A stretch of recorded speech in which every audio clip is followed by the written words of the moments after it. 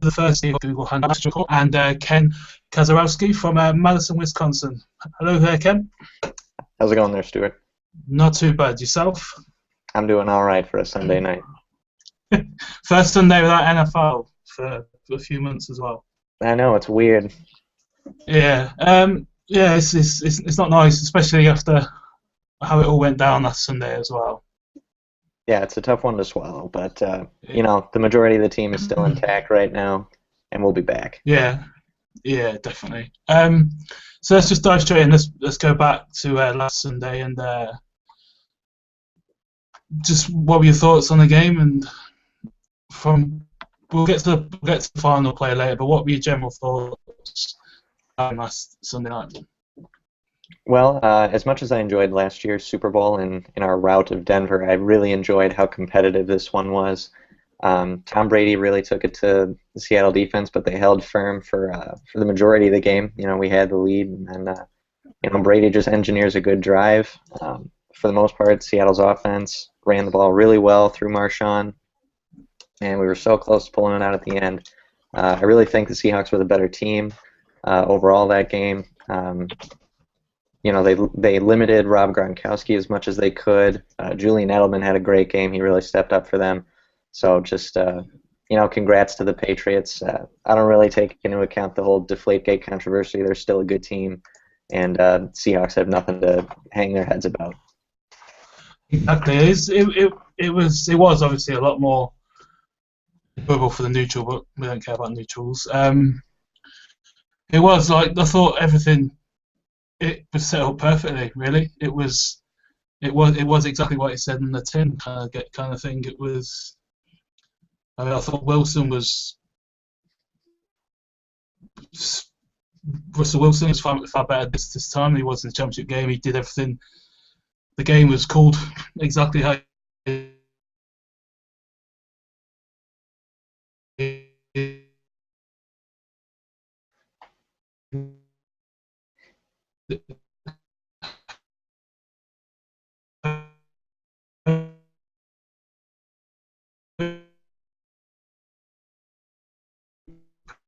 From about the call, it was just I thought Chris Matthews come out of absolutely nowhere. He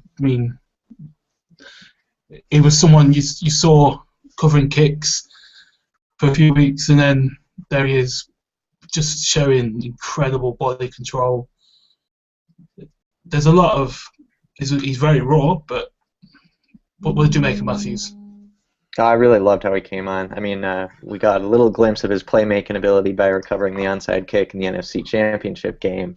But yeah, really good body control, as you said. I mean, he's one of those key guys that you might consider in one-on-one matchups next year. Really becoming a guy that Russell Wilson can just trust against any cover corner on the sideline. And if they don't go with Matthews in the roster next year, I think that should be addressed in the draft, because it was a really good matchup for Wilson to exploit by having a big-bodied guy who can catch near the sideline and become a red zone target, as we saw at the end of the first half of the Super Bowl. Yeah, definitely. Like I say, it was something we've been waiting all year, or since Wilson rolled into town, really, to have someone who that ilk who can, because he does throw a fantastic.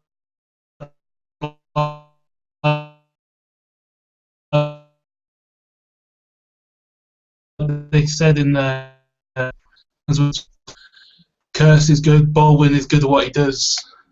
Wilson is a bit inconsistent, but he can show up occasionally. So we finally saw what can happen if you give Wilson a sort of target, 6'5", 6'6" target like Matthews is, and there's a few of them in the draft. Yeah, I think the best ones are going to be taken far too early for my liking. That's the curse of having such a good season. You're later on in the rounds, but I've great faith in John Schneider. He'll probably pull some kind of miracle out of this, and we'll get that big-bodied type. He might be a little more raw than some of the best flanker type. We can really develop in Seattle. Yeah, well, that's the thing. At 31, mean, there's at 31 you can really do. It really just depends on what happened in free agency, I guess. But at 31 and 63, you can. There will be players there. There will be. I mean, I know you're a big fan of. Is it Parker? You're a big fan of? Yeah, Devontae Parker from Louisville. Yeah. Yeah. What? I know you wrote an article the other day. But what do you see in Parker that fits? Okay. Well, I've seen plenty of highlight film just trying to see which big flankers are my favorite, and he really stood out to me. He doesn't really have a ton of breakout speed, but I just like how he has such a physical presence near the sideline and a great red zone target. When Teddy Bridgewater was still at Louisville, he loved going to Parker, near the pylon. So that can be really something Russell Wilson could use in his arsenal. Just a guy who has a feel for the sideline, knows where that end is, and can catch away from his body and really fight off any kind of corner. So establishing that physical presence, I really like that about Parker. He may not have that breakaway speed, but he makes up for it in other key areas. There's also someone I've been watching quite a bit of over the weekend. He's in Oklahoma, but Missouri. Green Beckham. He is a physical freak. He is Calvin Johnson, 2014-15. He is on the field. He is exactly the prototype that we've been talking about for the last few minutes. He is exactly that, but you go off the field and it's all at 31. Do you think they would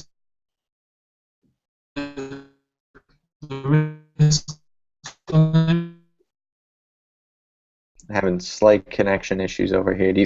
Were you asking me if Seattle might consider taking a chance on this kid?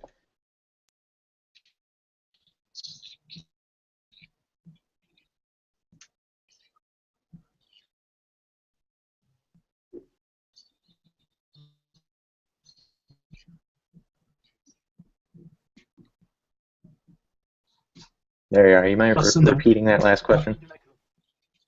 I was just asking, would you take a shot at... One more time. It's really spotty over here. Would you take a shot at Green Beckham at 31? 31 might be a little too early in the draft. I think because of those off-field issues, other teams are going to be really hesitant to take a shot at him, even though he is a huge physical presence, 6'6". Yeah. So he will be available in later rounds. So I think John Schneider can almost bank on the fact that, because it's so shady, he'll be available later on and he can address other issues. Yeah. So going back to last Sunday quickly, you wrote a piece which was pretty scathing on Darrell Bevell, also a Wisconsin grad. Mm-hmm. Have you calmed down any, or do you still not agree with any part of the play call that ended the Super Bowl? I mean, in that situation, just based on everything I'd seen for the past, 59 minutes, Marshawn Lynch is going to be able to get more than 1 yard. He had just gotten 4 yards on the previous play, and I can understand wanting to throw a pass play in there on one of the final 3 downs, but I don't know. Ricardo Lockett isn't that guy that we've been talking about. The Seahawks need that guy who can catch away from his body. Doesn't have as much physical presence. He's a great special teams gunner, but he's not that big-bodied guy that you can throw a quick slant to on the 1 yard line. And I mentioned in that piece I would have much rather preferred a rollout because we know all the things Russell Wilson can do outside the pocket, and you throw him out a couple yards, he's already outside the pocket. He can just throw it away and conserve that. It's what they did for the 2-point conversion, isn't it? They tried to get Duggan on the right, and that's exactly the sort of thing you'd expect. Because if you got Russell Wilson, you got Marshawn Lynch, you've got receivers who are adept in scramble drill, although condensed field, obviously, it would have made more sense. But like you say, I don't have any problem with them calling the pass play. If you watch the sound effects that NFL Films have done, Bevel goes up to Wilson. I think after the curse catch, he goes one of these plays, we're going to throw it. We're going to throw it. So it wasn't them outsmarting themselves. It was just the Patriots out executing us. It's the play of a lifetime from Malcolm Butler. It's not strong enough from Jermaine Kearse, but I've got no problem with the play call at all. I did, obviously, this time last week, but having watched it again, having reasoned with what Pete said in the week and all the talk that's been about the week, I think it wasn't helped with how Collinsworth reacted to it on the broadcast. I think he made the mountain out of a molehill. Yeah. If he just takes it, I mean, I understand the setting, the wide-ranging impact that it has, but it's not that bad of a play call. Darrell Bevel is going to be the offensive coordinator of the Seahawks next year, but this is just going to be a stain on his career. Yeah, it is definitely. The biggest problem I had with the play call was how we reacted to it in the post game. There is a line you follow in a situation. Wilson followed it. Pete Carroll obviously followed it. Bevel, he didn't make any friends with his comments. Not mentioning Lockett, but he threw some shade Ricardo's way. But like I said, Ricardo isn't there to catch a 2-yard slant. He's there to spread the defense. I mean, he only seems to catch balls on the go routes, and he doesn't really seem to catch anything else really. Yeah. He's like I say, he's a good gunner. Him and Jeremy Lane have been one reason we've won field position battles more often than not. But it's there's no sport when you lose. There's no sport like American football, the NFL. There's no league like it. When you lose a game like that, and there's 6-7 months to. But like, going further back, and what did you make of it? Obviously, 2014 was a bit of a different year to 2013 with all the Percy Harvin and all the Golden Tate early from the start. What did you make of 2014? Yeah, well, it started in the offseason. I really thought, when looking at Golden Tate and Michael Bennett, those two key free agents, with all the talk that Tate's going to stay here and take a discount, I thought Bennett was going to be the one to go take more money elsewhere, and then we see it flipped. So that really startled me. But, solid in the draft. I was surprised by Justin Britt being taken so early. I had multiple places that I'd taken a read through, see they had him going in like the 5th round, so taking a chance in the 2nd round was surprising. I really like Paul Richardson. He's got a great downfield threat. He's almost like another Percy Harvin, just without the attitude. And as for Percy Harvin, I thought he'd be a nice compliment, someone Russell Wilson can go to. But the way Darrell Bevel tried to make the offense run through him, I thought was very contradictory to the entire Seattle offensive philosophy, running first. So, and then with all the rumors of locker room stuff, it's just, you got to cut that thing loose from your locker room. And after they did, they went back to what they're good at, and the winning streak, those final 6 weeks were just awesome. So, just getting back to their philosophy, it was a great season. I mean, a little adversity in the beginning got me a little nervous, but they pulled it out, and it was quite a spectacle. Yeah, like you said, with this time last year, we were looking Golden Tate. You would hope he would stay, but you kind of saw a Detroit coming in for him, because he is, as he's shown this year, he is better than probably people thought he was in Seattle because of Marshawn Lynch and because of how Pete Carroll and Tom Cable and Darrell Bevel do things up in Seattle. But signing Michael Bennett, the draft class, I agree with you, Justin Britt. I think I had him about fourth, fifth round. But if you look at it in hindsight, there wasn't a lot of players after Justin Britt at 60, whatever we took him at, 64, whatever it was we took him at. There was a big drop off. So you have to trust Schneider. You had to trust Schneider, you had to trust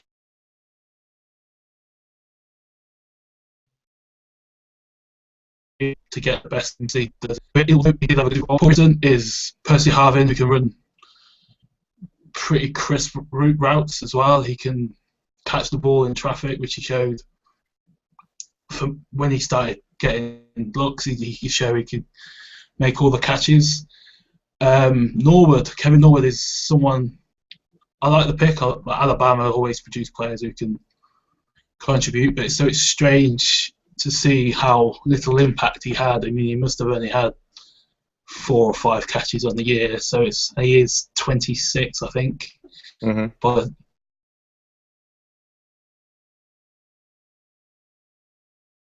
then they next 2013, because I think 2013 we had Luke Wilson, and that was probably it, wasn't it, from 2013? Yeah. I mean, obviously we had Percy, but he had like 10 snaps, and the Percy Harvin thing was a surprise when you see it on SportsCenter. It comes up 6th round pick, and you think, okay, but then obviously everything starts to filter out.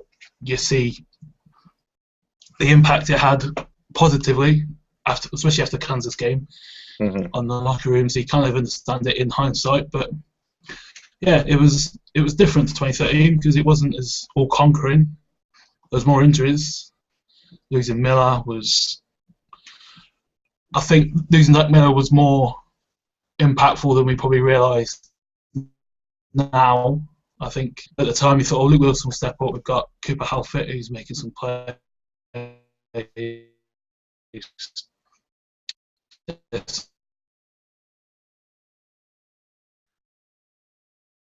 Trying to turn him down, but Jordan was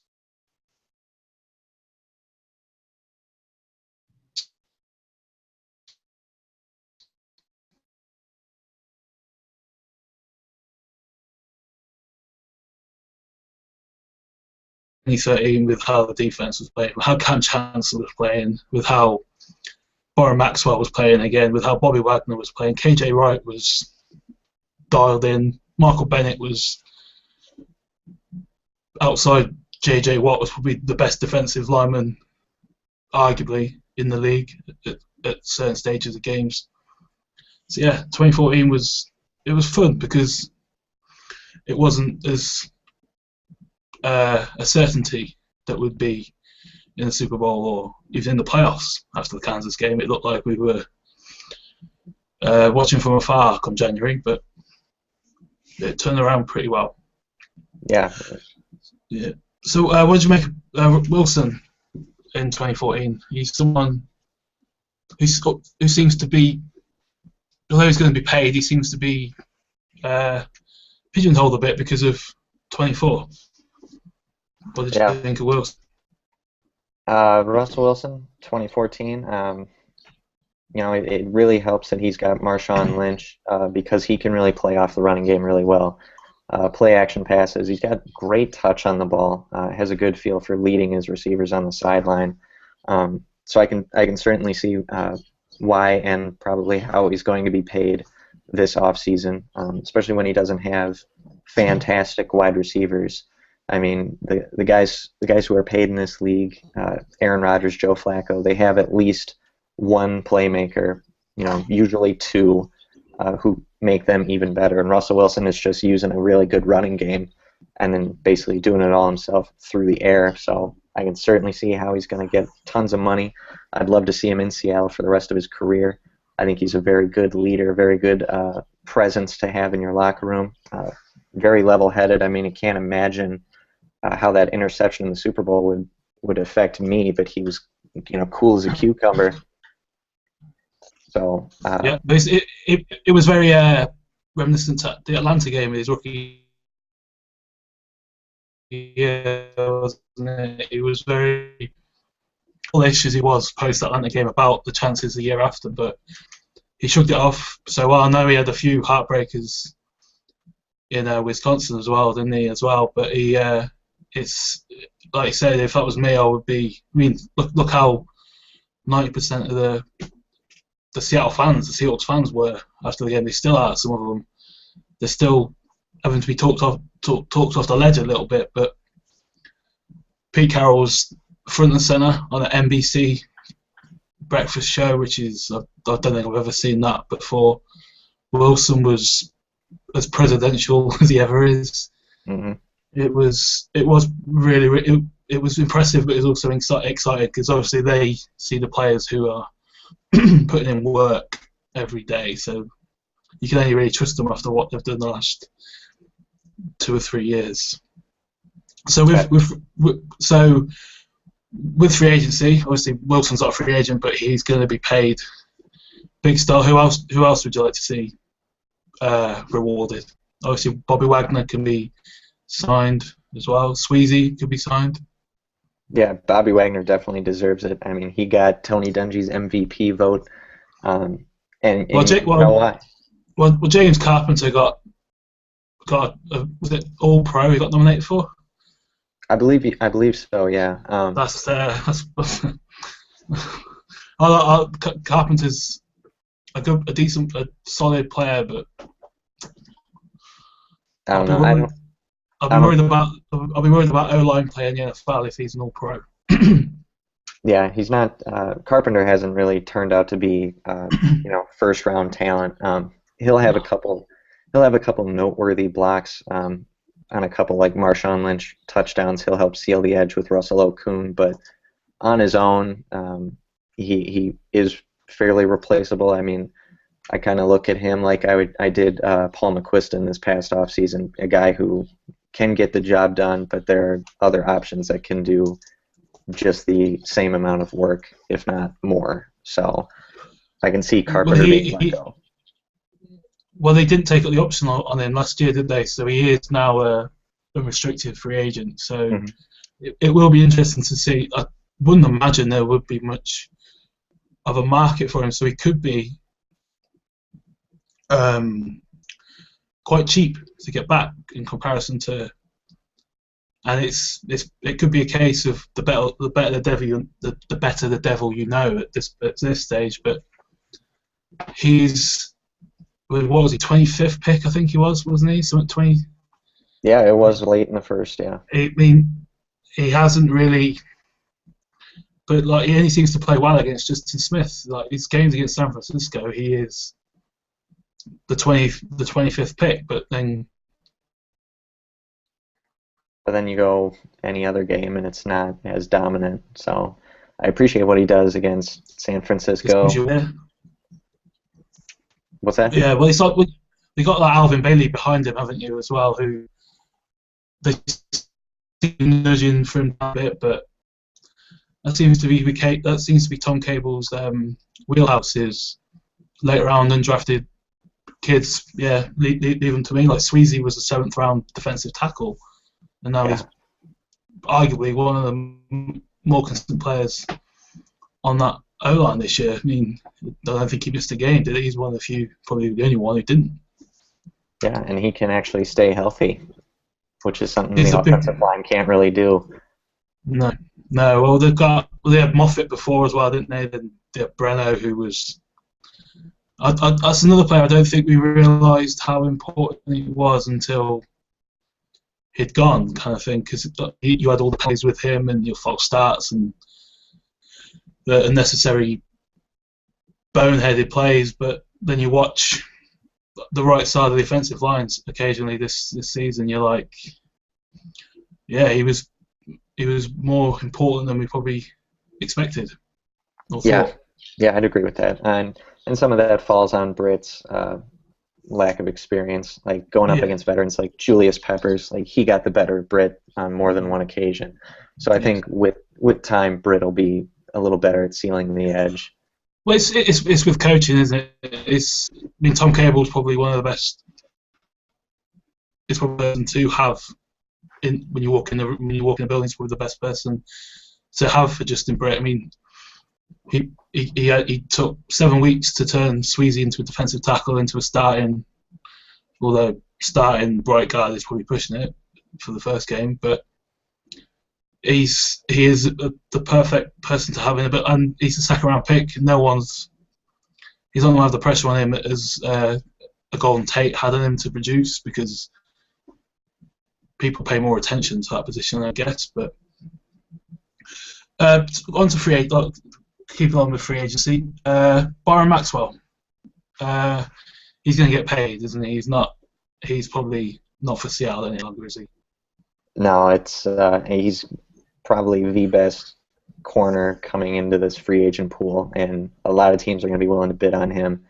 And with other high caliber players like Wilson and Lynch and Bobby Wagner, who are going to need to be paid pretty soon, this is one of the guys you're just going to have to say, we can't do it. This isn't feasible. Good luck elsewhere.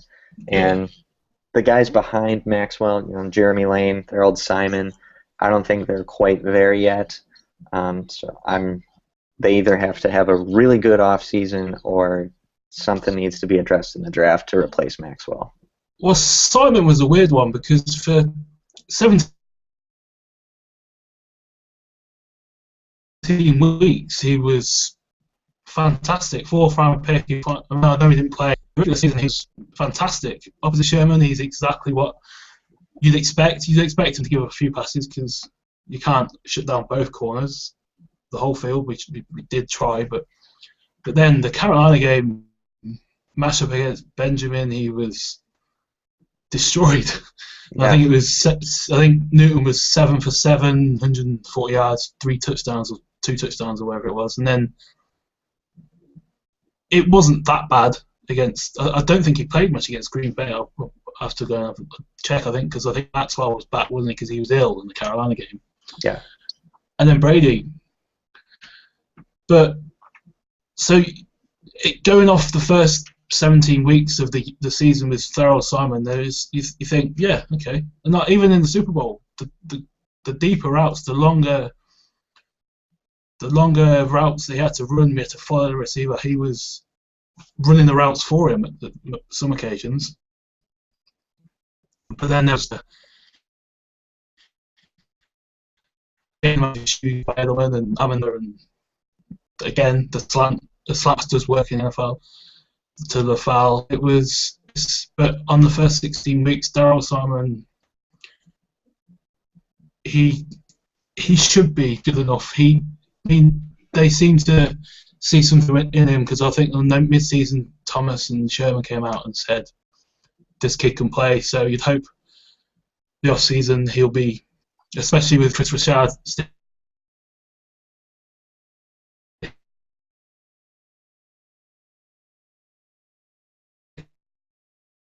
around. He was effectively a rookie this year, wasn't he? So you can't put too much of him, because it took Maxwell 2 or 3 years to step up.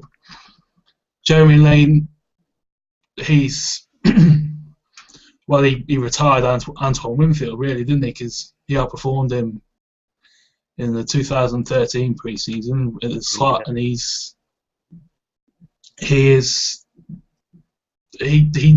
knows his job. He does his job, as Bill Belichick says.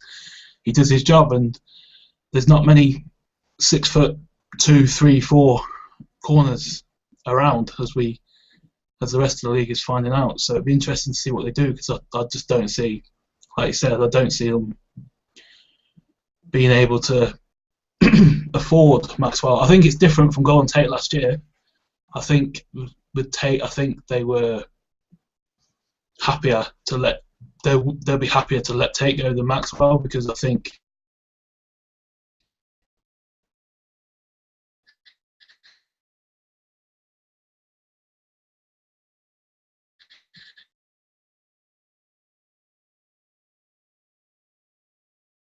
Maxwell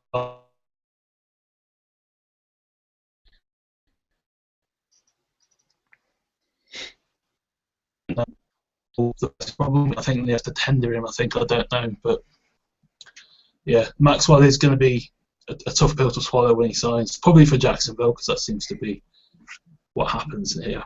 Yeah.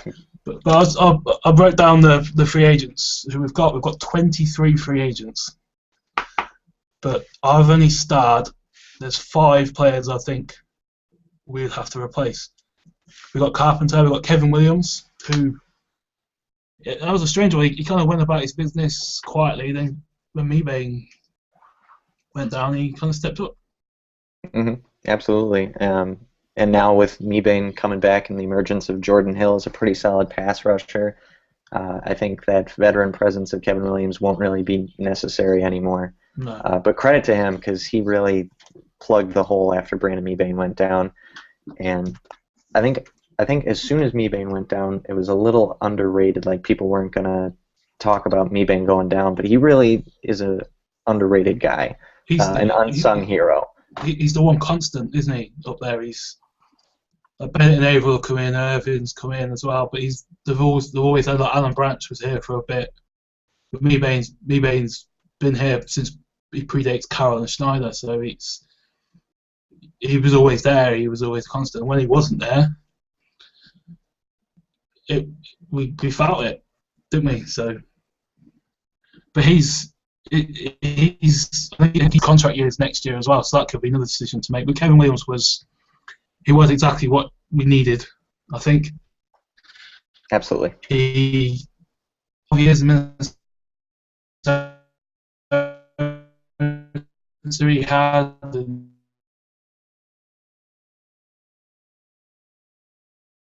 I think that's how we're going to polish off a career, which isn't a bad thing if you get the right person. Looking at Larry Fitzgerald right there. But I think Williams could be someone that they will let walk, and then a few weeks down the line they will bring back. I think he'll be someone who will likely be back on the same deal he was this year. I think he'll be someone who they want to keep around because even I mean you can't really treat someone who's done what he's done in the NFL as a draft hedge, but he could be a candidate for that. Yeah, I mean it's always a question of depth with Seattle. The past couple of years, especially on that D line, they just rotate guys in and out to keep them fresh and keep that aggressiveness hungry off the line. So I could definitely see that as well.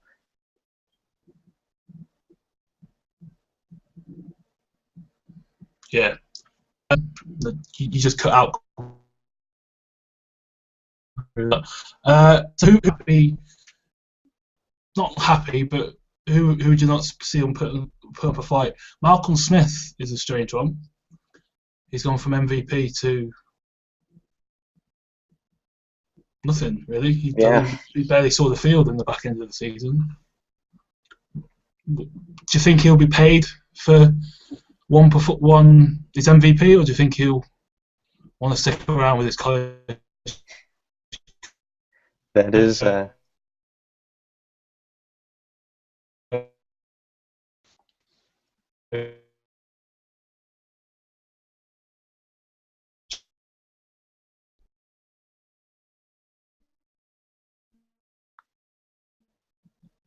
Can you hear me, Stuart? Can you? How about now? Yeah, I can hear you. All right. I wouldn't pay Malcolm Smith for one performance, albeit the fumble recovery and the interception were, a result of him being in his zone at that time. There's no way he's going to get a large sum of money just for that performance because he was just one of those parts of the zone coverage. He was there when he needed to be. So you can re-sign him for basically the same amount of money he's getting right now, which isn't much. No. But is he deserving of like a large contract the same way KJ Wright and Bobby Wagner are? No, of course not. No. But there's also Pierre Louis as well. Pierre Louis, isn't there as well, who shows some glimpses, and obviously was it a shoulder injury they put him on a half or so? Yeah, they'll probably be expecting him to continue that development, and obviously Bruce Irvin was finally hit the heights we expected 2-3 years ago. This year he can do everything now. He is pretty good in the run game. He is special in the pass rush, in the brushing the quarterback. The get off is just something else. When it's pin your ears back time, there's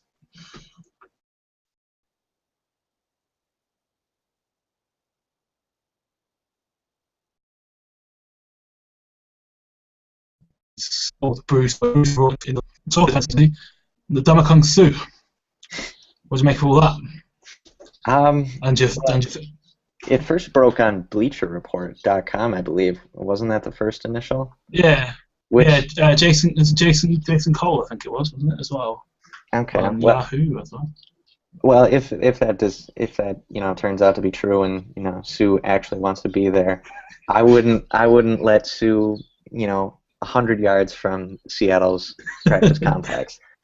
I'm from Wisconsin. I see all the Packer games on my TV, and anytime we play the Lions, Sue's doing something that you would just hate to have that kind of mentality, that personality on your team.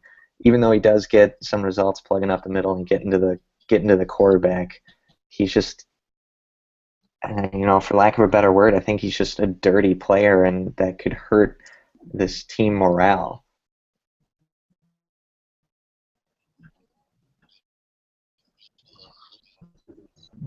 Yeah, because Golden Tate's moved to deny the fracas pre-Super Bowl last year, but I just don't. One, I don't see it financially feasible. Two, I just don't.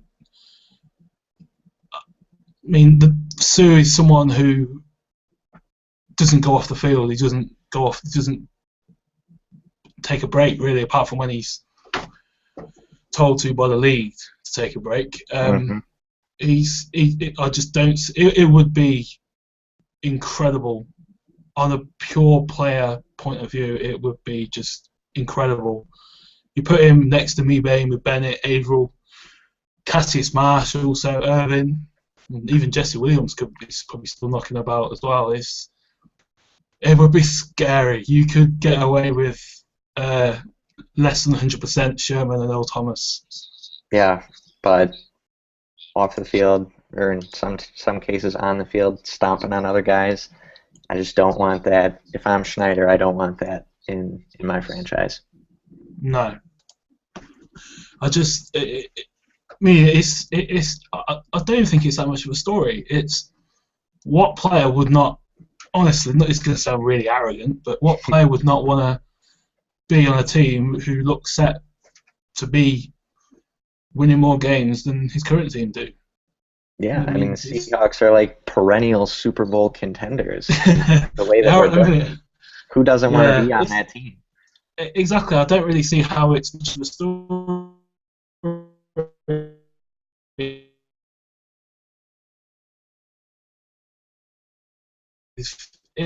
But he said if he was history, it just doesn't seem much of a story. It seems this off season hitting early, I think, isn't it? I think. Yeah. So well, what else can we? Also, another free agent. I think I mentioned him earlier. Would you see him going after someone like Fitzgerald? Brandon Marshall's making noises as well that he might be able to be attainable out of Chicago. Would you be against a move like that for either of them? For either Fitzgerald or Marshall. On the Fitzgerald front, I think I have tremendous respect for Larry Fitzgerald. He's been a fantastic wide receiver his whole career at Arizona. I can't see him making that interdivision jump to a rival, no matter what they're offering. So I don't think that's going to be feasible for the Seahawks. It'd be great because as we saw when Sidney Rice came into town, Wilson gravitated to him in the red zone, and that's exactly what Fitzgerald could do. But just switching to a rival in your division, I don't think that's going to happen. And especially after he's been at Arizona his whole career, yeah. Whole career. It's not like he's been there for the last few years and knows fancy the change. He is pretty much absent of a quarterback. He is their franchise. Yeah, it would take a lot to convince him to leave his roots in there. And as for Brandon Marshall, I've seen plenty of him watching the Bears play the Pack in the preseason game against the Seahawks this year. Really talented receiver. Big hulking frame, catches away from his body. Jay Cutler can throw it up to him. He manages to come down with it. And so imagining Russell Wilson's precise throws, Marshall could get a ton of yardage. I'm not really sure, what kind of money Marshall would command. I think it might be a little too steep because I don't want the Seahawks to do anything that will cripple them in any other moves they need to make. I mean, they already have a ton of playmakers that they're going to have to re-sign and somehow keep this team intact. So pure free agency moves are just, they seem a little far-fetched when the Seahawks are involved. They've got a good core. At this stage of, like you say, at this stage of the franchise development, because obviously they're in keeping our own mode with Averill, Bright, and now obviously Wilson and Wagner coming. Fitzgerald would be, you can see him taking less money, but the guy is entrenched in the desert. He's not. It's like, Jerry Rice played in Seattle for a year, I know, but that's a different kettle of fish, I think. Yeah, absolutely. That was a guy who probably couldn't let go, and this is a guy who has played 2 years pretty much without a quarterback. If not, well, how long has he been? Apart from the few years with Warner, he's had his whole career without a quarterback. Yeah, and he's still putting up Hall of Fame. There's someone's gonna come and ask. So do you think the Seahawks will be busy in free agency, or do you think they'll just take care of their own and pick up depth more than stars? I'm not really expecting a ton. I mean, if we're going to convince someone, a top-tier free agent to come in, he's going to have to settle for a pay cut, and I don't think that's going to happen.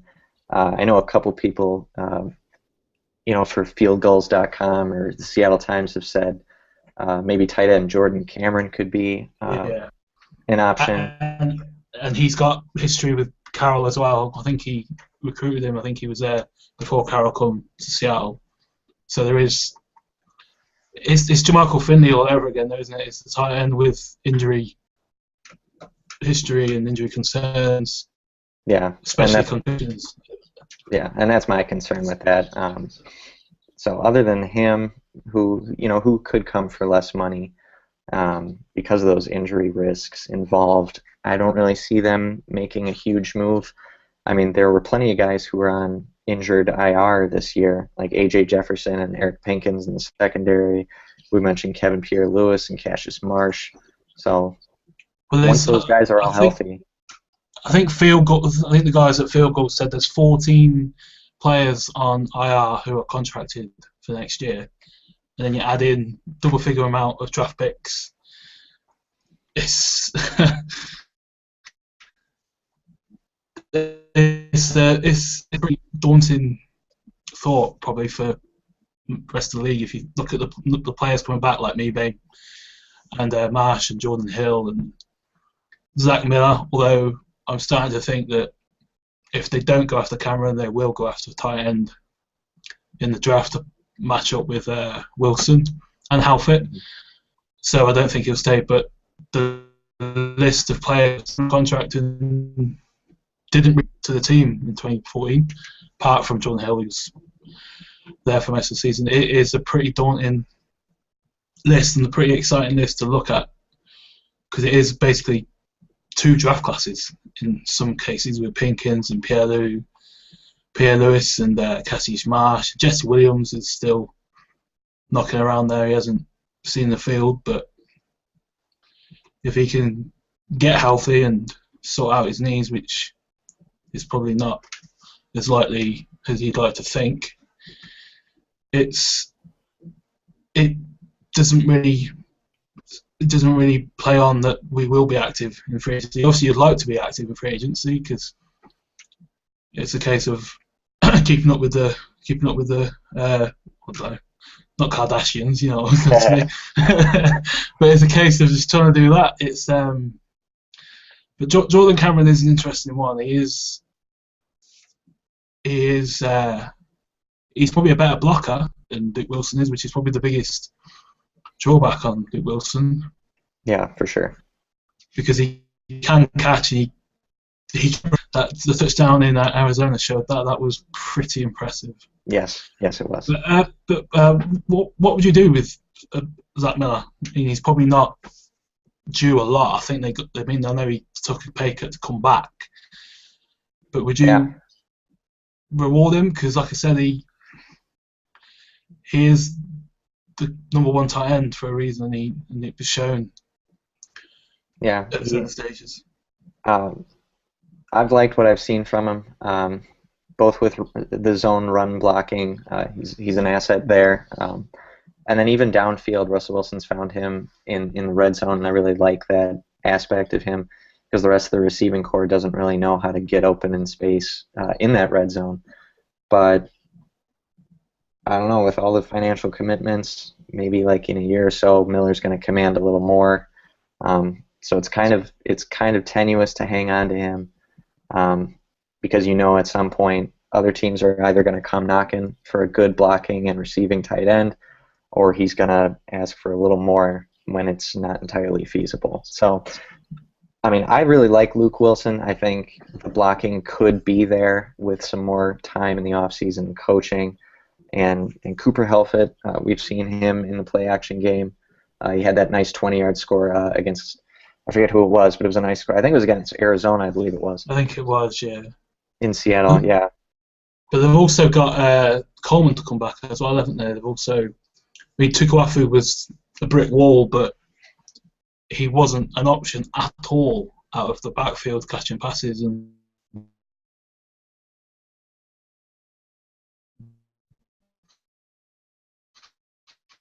yeah, I like offense.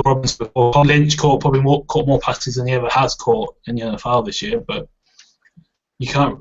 There's only so many times you can go to that well, and having someone like Coleman who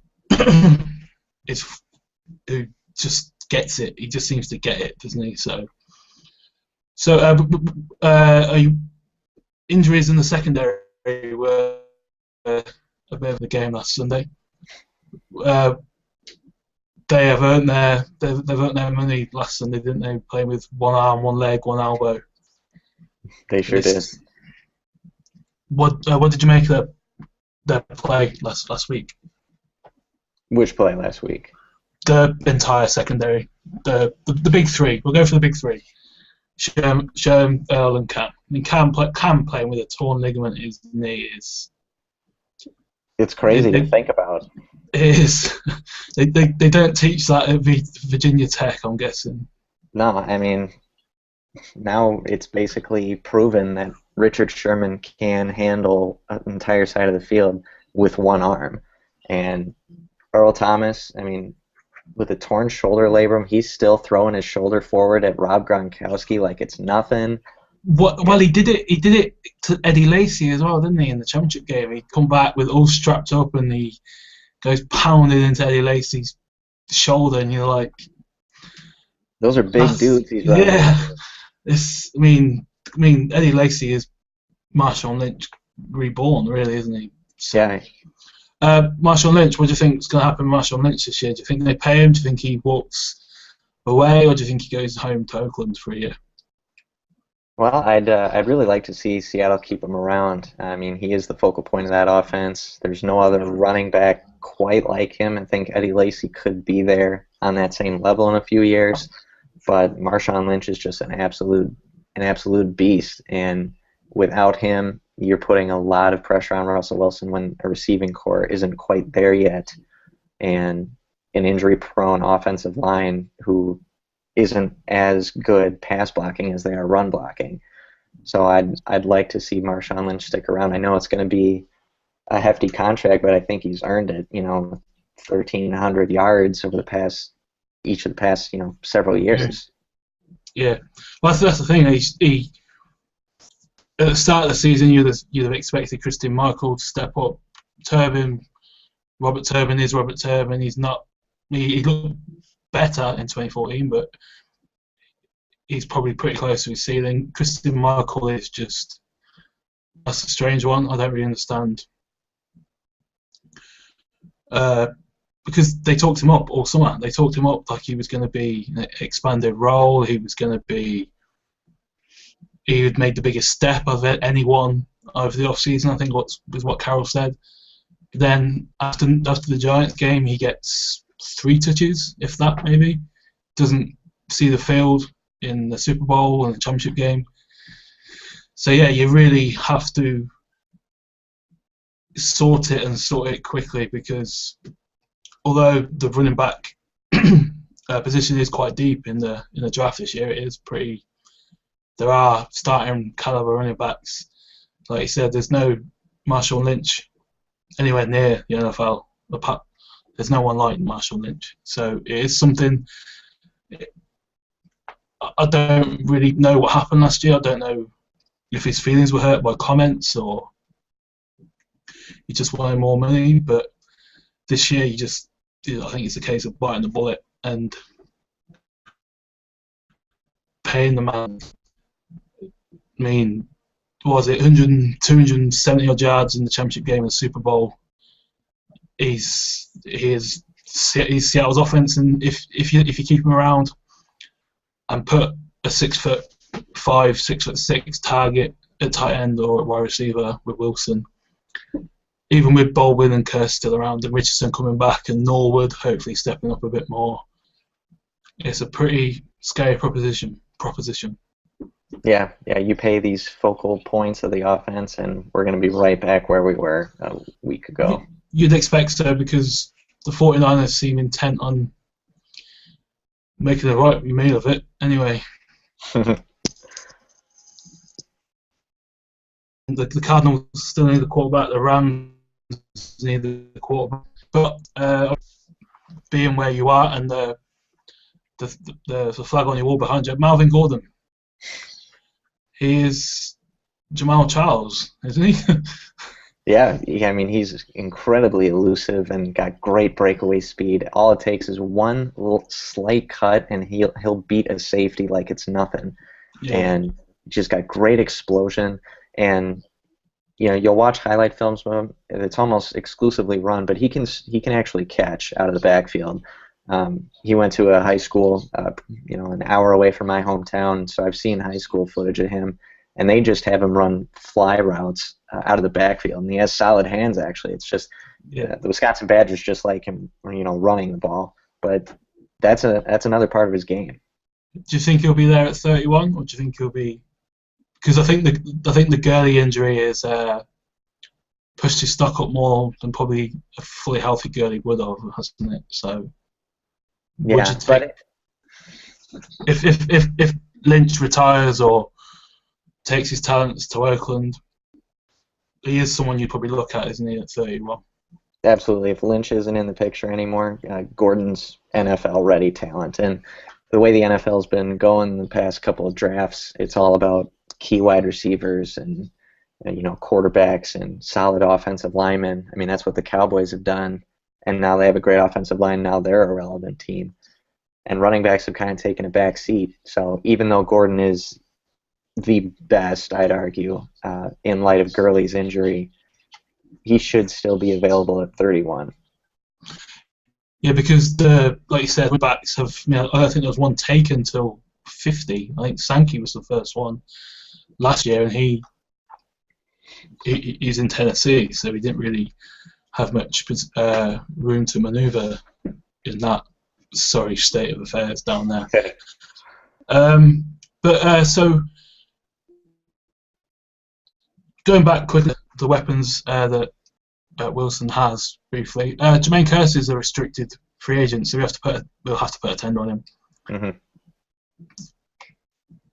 Just what would you do with Jermaine Kearse next year? Because although he had the catch in the championship game, he had the catches in every playoff game we've played for the last 2 years. He just doesn't seem to be a star in my eyes.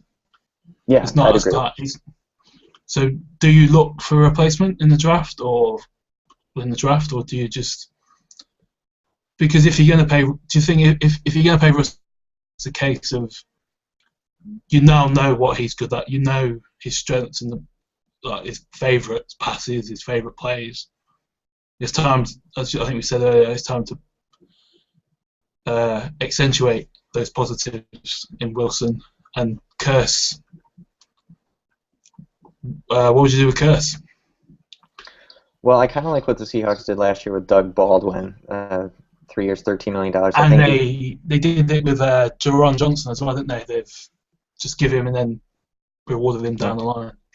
Yeah, and so I think Curse can go for a little less than what Doug Baldwin got. I think what people don't really like about Curse is that he's simply been targeted too much, being forced to be that number 1, number 2 receiver, but that's just not his game.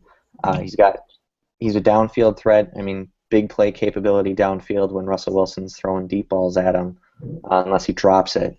But he can be a solid number 3, number 4 guy, and his run blocking ability is uncontested, and I think it's a needed strength suit of Seattle receivers because we love to run the ball, and an added blocker out there at receiver is much needed. So I think Curse, with all of his limitations in the intermediate throwing game and not great route running, he's still a downfield guy, good run blocker, and they can keep him around for a modest amount of money. Yeah, he is someone who, like you said, he's undrafted. He was an undrafted free agent. He's a local boy, done good. Mm-hmm. He just always seems to step up. He didn't have the best season. He probably had a better season when he finally stuck in 2013. But he was there in the Carolina game. I think he had the ridiculous one-handed catch which he took in. Yep. And then obviously he had the clincher in the championship game. But his run blocking is probably the biggest reason that he's not going to be paid like Baldwin is. Baldwin is exactly what you need on the field. His off-the-field stuff is beginning to get a bit tired. Yeah. I think you'd agree. I think the celebration in the Super Bowl was just bizarre. I think Peter King, he went up and gave a shtick to in the lead up. What do you make of Doug Baldwin and angry Doug Baldwin more than Doug Baldwin, the NFL player? I mean, I kind of like some players who play with a perennial chip on their shoulder. It drives them, and I think that's the case with Doug Baldwin. But celebrations and just going off on tirades, it is getting a little bit old. I mean, I like the energy that he brings to the receiving corps, and he has had some interesting post-game press conferences that have been, kind of amusing at points.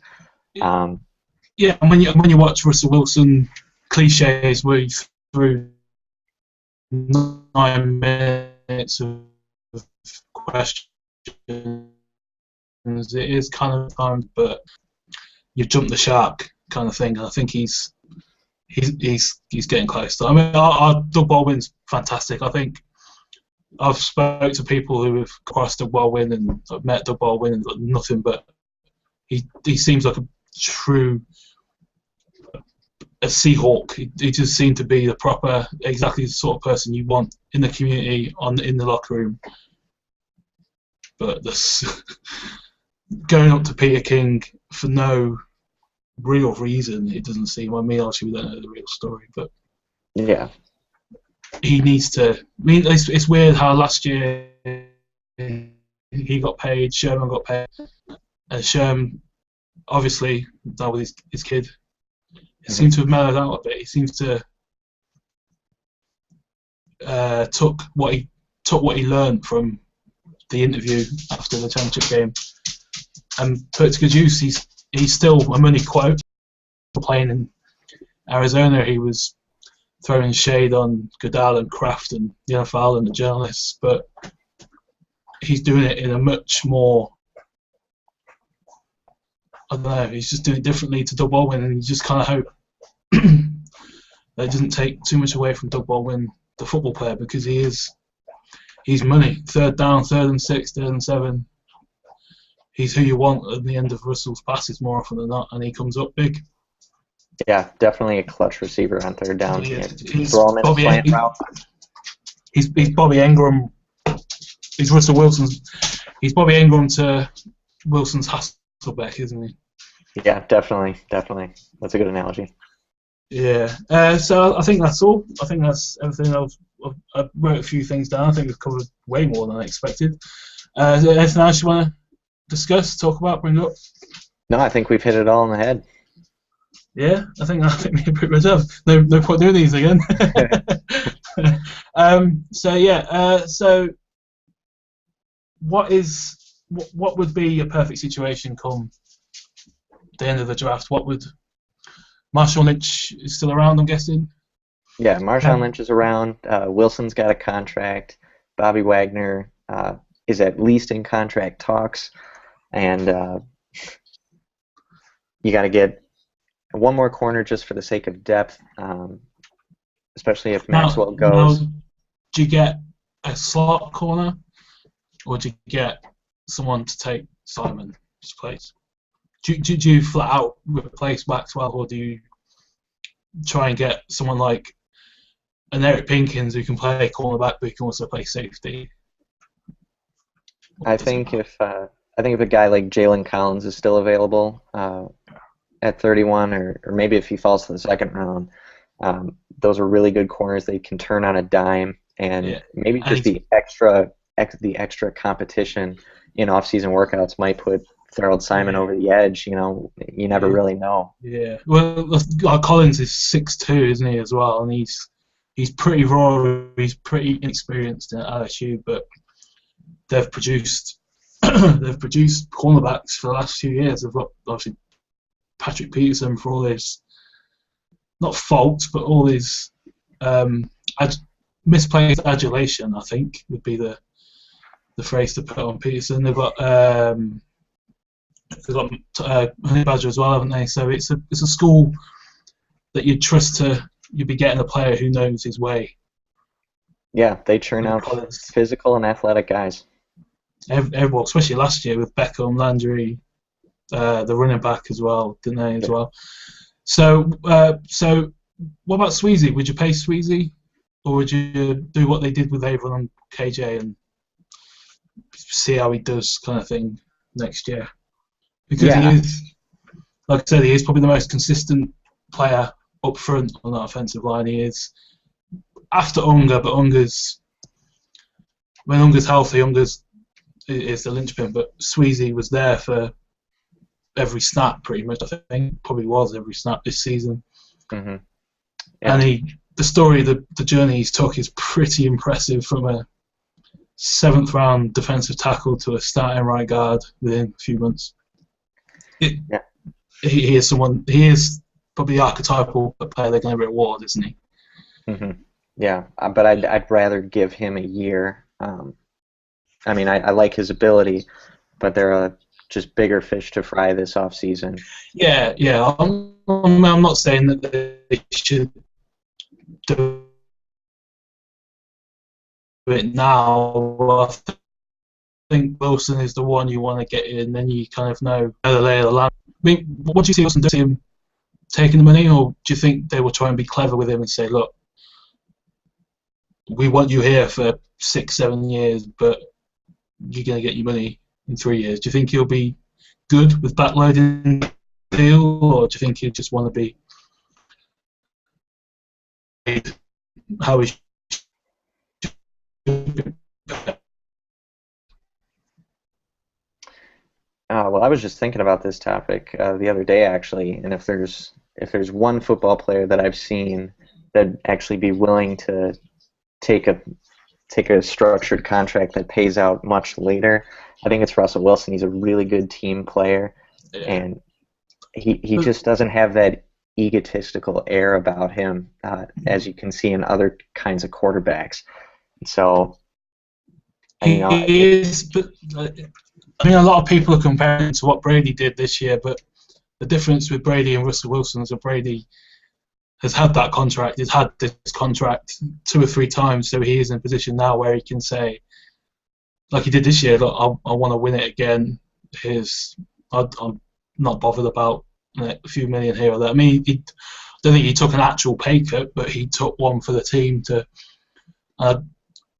As noble as Russell Wilson is, I don't see them saying to him, look, we're not going to pay Al Flacco and I think Joe Flacco's the one who we play closest to. But it is an interesting one because, like you said, if anyone in this league is going to bite that bullet, it's probably going to be Russell Wilson. Yeah, and I really hope he does, because the team that they have here, you don't want to see them pilfered like the Baltimore Ravens were a couple years ago. You want to keep this team intact.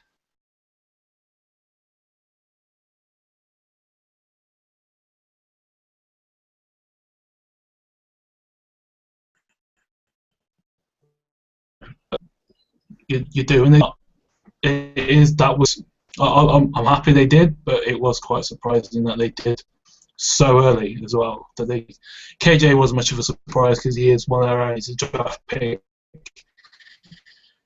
But Ava I was surprised they paid him how they paid him. They paid him pretty much identical what they paid Bennett as well. So they've also got the decision. They've also got the Irvin decision to make, haven't they, as well, where they can pick his option up or nothing. That's another 6-7 million. Yeah. But yeah, I think that's everything. I know I've just said that and we carry on talking, but I think that is everything.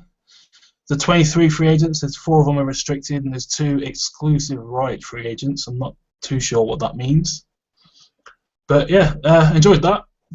Thanks for popping on and chipping in the articles. If there's anything you want to write about, then I'll just let us know. But that's it from the first one. We'll try and do this in probably a few weeks when more time's passed, and maybe Russell Wilson signed a 3-year, $12 million contract. Sounds one good. can hope. Yeah. Yeah. Cheers for that, Ken. Look after yourself, and we'll be back here in a few weeks. All right, Stuart. Take it easy. And you.